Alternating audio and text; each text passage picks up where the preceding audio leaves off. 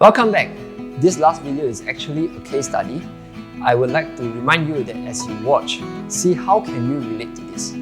I hope this will inspire many to look into building wealth for your families. Parents today, especially in Singapore, are sandwiched.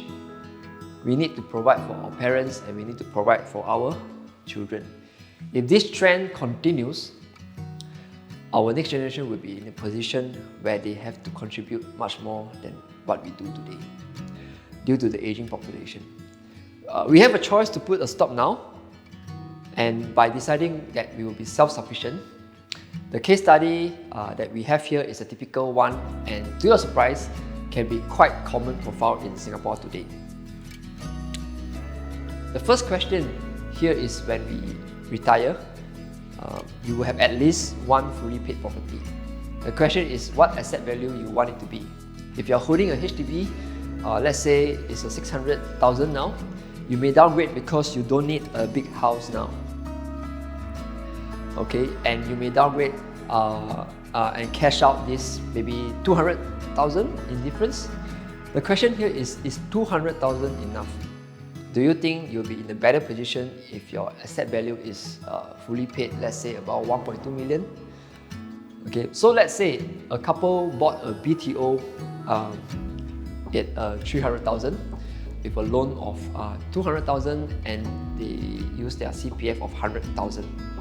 5 years later when they sell, probably they sell at a profit of 450, and to cut the calculation detail, we would which you can refer to the trading notes, they would have a total of 370,000 funds here for the next house in both CPF and cash. Assuming they invest in a 1 million private property, their initial down payment would be 250,000.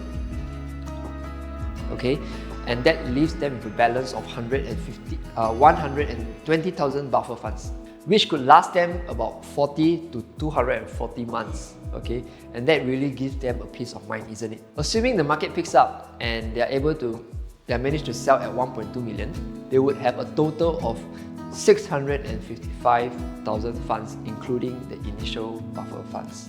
With that, they could purchase one for own stay with 300,000 initial payment and another one for investment with initial investment of 200,000. Now, they still have a buffer fund of 155,000. Bear in mind, in the second property should be rented out and someone else is paying the property for you. May I ask if building a wealth yourself is easier or someone else building with you is easier? Hope with the above, you could see the possibility happening to you, and to most, it's actually closer and simpler than you once thought. One thing for sure, with planning we have a good chance, but without planning, we leave it to chances, and that's often where fear and greed gets into people and ruin lives. Finally, I want to applaud you for your commitment to yourself. You dare to dream and actually made effort for it by completing this training. I would love to extend one more bonus video for you and hope you would see something that may help you transform your life. Just click on the next button somewhere around here. Love to see you soon.